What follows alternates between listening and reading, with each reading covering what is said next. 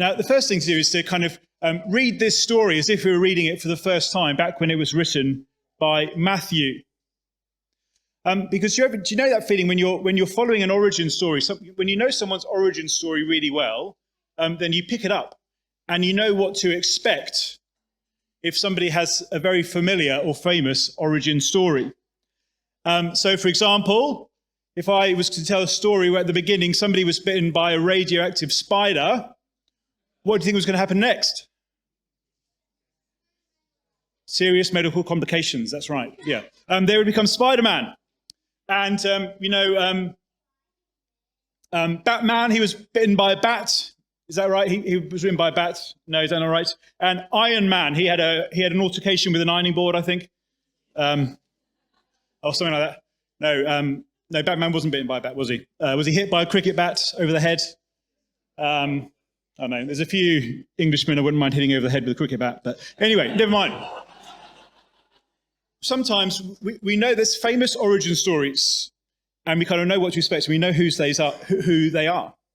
And so if I told you I was going to tell you the story of a little baby who was born under persecution, he escaped an edict from an insecure king who ordered the death of all the male babies, then who do you think I was going to tell you about? Any guesses? Jesus. We might think Jesus. But people, back when this story was written, when this happened, they would have thought of someone else. They would have thought of that's Spider-Man, that's Batman, that's Iron Man. They would have thought of Moses. No, hang on, wrong one. They would have thought of Moses. Do you know who he is? If you don't know who he is, that's Moses. I should have got one from the Prince of Egypt if you're a bit younger. And that's Moses. Because what we think of as Jesus' origin story, born under persecution, with a death sentence hanging over his head, that's actually what happened to Moses. Do you remember Moses' story? Do you know Moses' story? Perhaps you've seen some old films or the Prince of Egypt or something. He was born. Pharaoh in Egypt didn't like all of God's people being in Egypt. He thought they were too powerful, so he ordered that all of the boys would be killed. So Moses' mum didn't want to kill him, so she put him in a basket, Moses' basket. In fact, all of the babies were meant to be thrown into the Nile to drown, but he was put into the Nile in a basket so that he survived. And he made it out of Egypt. He became, as it were, the Prince of Egypt, hence the film. But of course, Jesus' origin story, Moses' origin story, is different from Spider-Man and so on. This is not a fairy tale. This is real history. And Moses was one of the great heroes of God's people in history.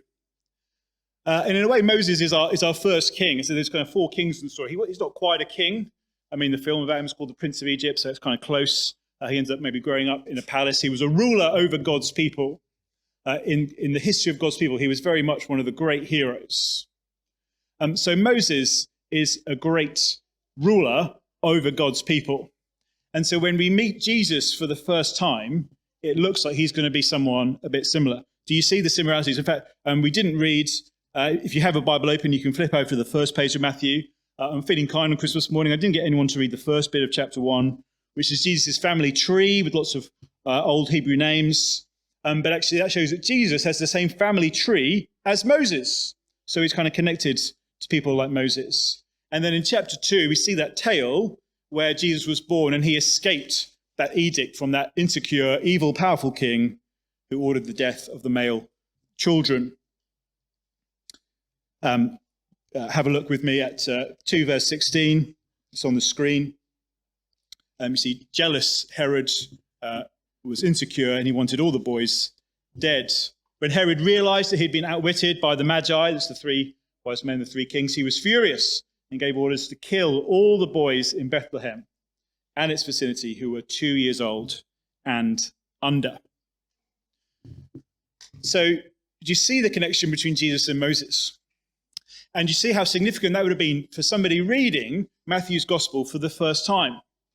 Even if they didn't know anything about Jesus, they would already know this is no ordinary birth. This is setting someone up to be very, very special.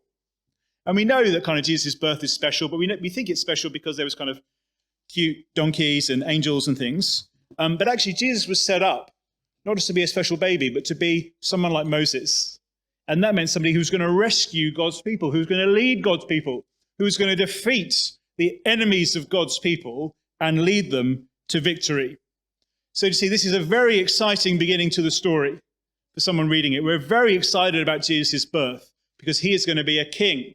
He is going to rule God's people. He's going to conquer their enemies. And so we want a baby just like Jesus. So the first kind of king in the story is Moses. And Jesus himself seems to be set up to be another kind of king like Moses. And so do you remember what Moses came to do? He defeated Pharaoh. He sent loads of plagues on Pharaoh. He defeated him. So he led his people out of Egypt towards the promised land, through the Red Sea, through the wilderness. And so we might be expecting Jesus to do something similar. Of course, you notice there's similarities between Jesus and Moses, but there are some differences. There's some key differences. Do you remember how the story of Jesus was introduced here? Jesus was born in Bethlehem in Judea during the time of King Herod. And these magi, they came to Jerusalem from outside Israel. So Moses was born in Egypt under Pharaoh, and his job was to get God's people out of Egypt into the promised land. How was Jesus different to that? Where was Jesus born? Anyone paying attention? In Bethlehem, in Judea. And where did Jesus end up going in this story? He went to Egypt. So you see that Jesus went in the wrong direction. God's people are meant to go out of Egypt under mean old Pharaoh to God's promised land under God's rule. But now we see something is reversed, something is really wrong. Because Herod is meant to be the king of God's people, but he is the danger. He is the threat. And so things are so bad for God's people that to escape the danger, baby Jesus, has to be taken to Egypt. That's where the safety is. The danger isn't Pharaoh, king of Egypt. The danger is Herod, king of Israel. And so safety doesn't come from going out of Egypt to the promised land. Safety comes from going out of Judea into Egypt.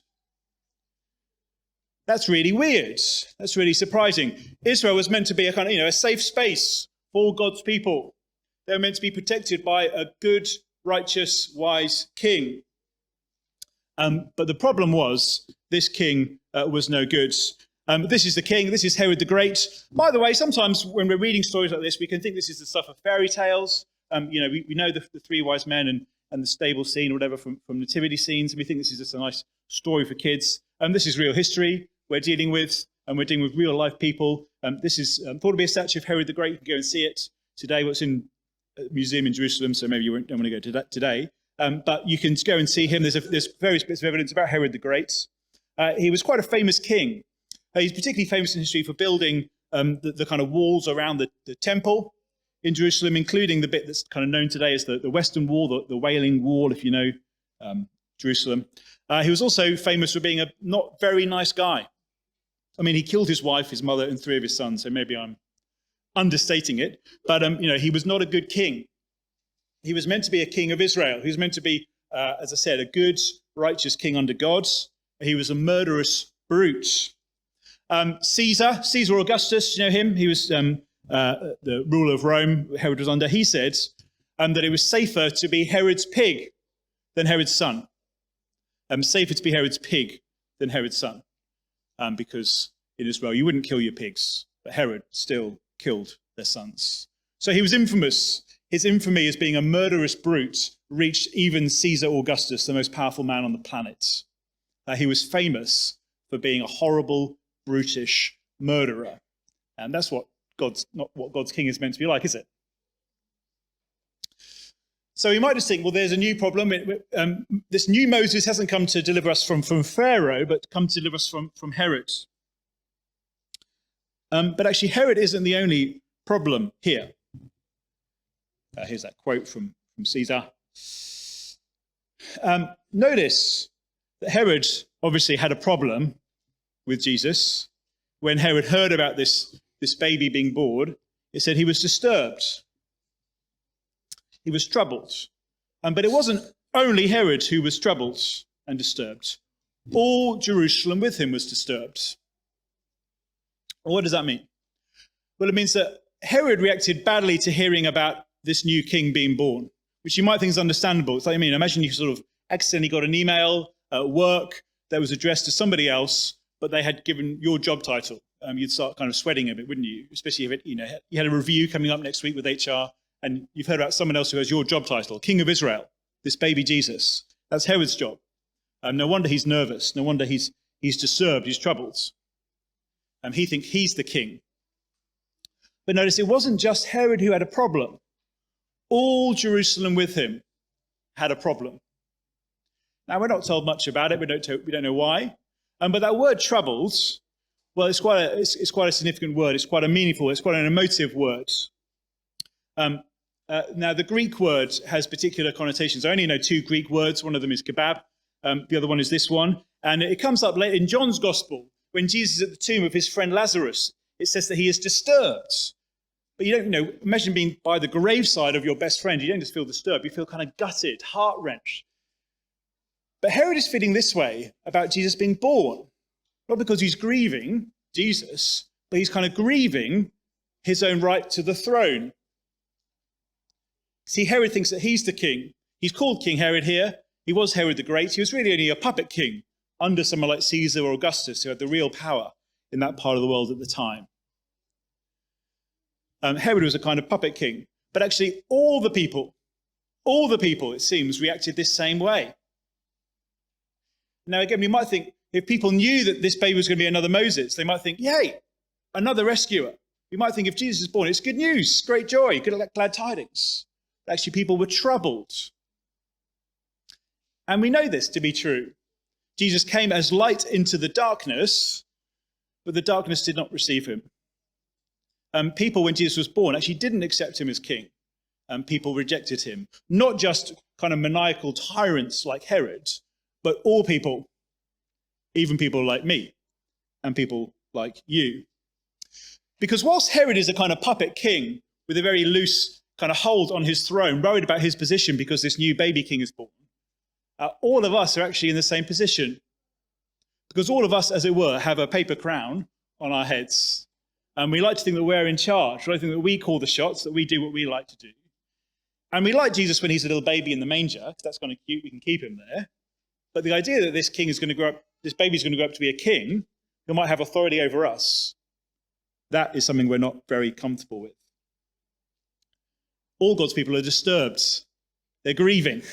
They're worried. They're anxious that this king might be after our throne. So you see, the problem's not Pharaoh. The problem's not even just Herod. It's all people. It's all people. And actually, even in the story of Exodus, we've been studying the whole book of Exodus, and by the time we get to the end of the book of Exodus, we realize that's no surprise, even by the book of Exodus. Because by the end of Exodus, Moses has dragged all of God's people out of Egypt, out of Pharaoh. But they're still sinners. They still have horrible, broken hearts. They build a golden calf and worship an idol, even when God has just saved them. And all of God's people, all of us, ever since, have done the same thing. We put ourselves on the throne. We worship other things. And so Jesus hasn't just come to deal with Pharaoh. He hasn't just come to deal with Herod. What has he come to deal with? Well, Jesus was born to save us from the biggest enemy of all. Do you remember what the angel said in our first reading? Mary will give birth to a son, and she is to give him the name Jesus, because he will save his people from their sins. That is who Jesus is. He is born as a baby who will be a saviour, born to be a baby on the throne, a king who will save us from our sins. That's the big problem we all have, a sin problem. That's why God gives us, in Jesus, a baby. We tend to get the gifts that we most need, don't we? We heard earlier about some of the gifts people got. You can work out from the gift what people need. Obi got a water bottle. Perhaps he's getting dehydrated, so you want to get a nice water bottle to make sure he has water. In your stocking this morning, if you got deodorant or mouthwash or shampoo, I'm afraid you do have a problem. It's a personal hygiene problem. Jed, I don't know what kind of problem Jed's got. He needs underpants. We'll leave that to one side. But if God sends humanity a gift, and it's someone to save us from our sins, then that shows us that humanity's biggest problem is a sin problem. We don't just need a cute baby to kind of justify getting together for a fun time of family every year. We need somebody to deal with our sin. You might not think that all of us are sinful. You might not think you're sinful. But actually, as we've seen already, all of us are in rebellion against God. See, sin in the Bible doesn't just mean doing the worst thing all the time. It means being like Herod. It means taking the crown that's rightfully Jesus's and putting it on your own head, making yourself king and shoving King Jesus off the throne. Oh, there's your shampoo. It means seizing the throne from Jesus. So you see, there's four sets of people that could be king here. There's Moses, the kind of great ruler of God's history, God's people. There's Herod, who claims to be the king. There's also famously the three kings. And in a way, there's us as well. All the people who are troubled, all the people who don't accept Jesus' rule naturally. Because all of us put the crown naturally on our own head. Herod is the perfect example of somebody who wants the crown for themselves. He calls himself king. And do you remember the story 2 verse 2? The Magi came and said, where's the one who's born king of the Jews? That would have put him off. 2 verse 4, he actually asked the kings, where is the Messiah born? The word Messiah is the same word as Christ. That's another word for God's king. See, Herod actually knows who he's dealing with here. He knows he's dealing with God's king, Jesus. And even 2 verse 8, he knows that needs to worship him. He doesn't mean it, I guess, when he says, let me go and worship him, but he knows that's the right response. So even though he knows this baby is God's king who's worthy of worship, he actually wants to kill him. And whilst that might seem an extreme example, that's what all of us are like at heart. All of us want the crown for ourselves, and we want to push Jesus off it. And if you don't believe me, I think that might be very naive. Just think about the news around the world this year. Think about the news around Australia. Maybe have a look at your family life this year. Have a look in the mirror. All of those things, I'm sure, would have been broken and tainted by sin. Maybe your sin. Maybe the sin of others.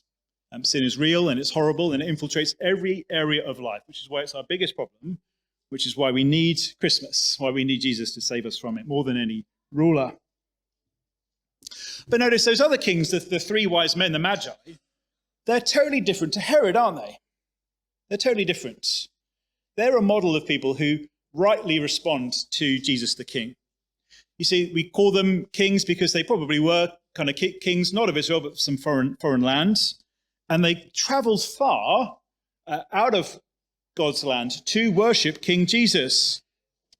That's why they came to Jerusalem. They'd been reading the Bible. They'd been studying the scriptures to work out who Jesus was. They followed the star. And 2 verse 10, when they met Jesus, they were overjoyed. They were overjoyed. They were kings themselves. They had a right to the throne. But they didn't try and seize it for themselves like Herod. They were overjoyed. And so verse 11, they bowed down and worshipped. That is to say, they fell on their face. Now, remember where they probably were with baby Jesus at the moment. There's probably a bit of muck on the floor, pretty filthy, pretty dirty. These were great, majestic, kingly figures from their own nations far away. And they fell down on their face and worshipped Jesus. They took off their crowns, so to speak, and gave all the glory to Jesus. That's what we need to do. If we recognize our sin, if we recognize our failure, if we recognize how glorious and majestic Jesus is, We know he is the king. He's the only one who can save us from our biggest problem, sin. We need to take the crown off our own heads to bow down and worship Jesus. So can I urge you this Christmas, today we'll know that it'll be a busy day for many of us. We'll rush off from here and we'll go and sort out the turkey or presents or whatever it is. But can I urge you to maybe just keep thinking on these things, to come back to these things. The three wise men, they followed Jesus persistently. They followed the star. Can I urge you to keep considering these things, particularly if you're someone who wouldn't yet call themselves a Christian here today? This is not a story to be dismissed lightly. This is not a story just for kids or for one day of the year. Jesus was born the king, and he demands our whole life, our worship. He doesn't just want us to remember him one day of the year. So can I ask you to keep thinking on these things, keep coming back to the scriptures, keep coming back to Jesus, and asking yourself, who is going to wear the crown in your life? Who is going to be king of your life in 2026? Well, we are going to sing now our final song together. So let's stand as the band come forward.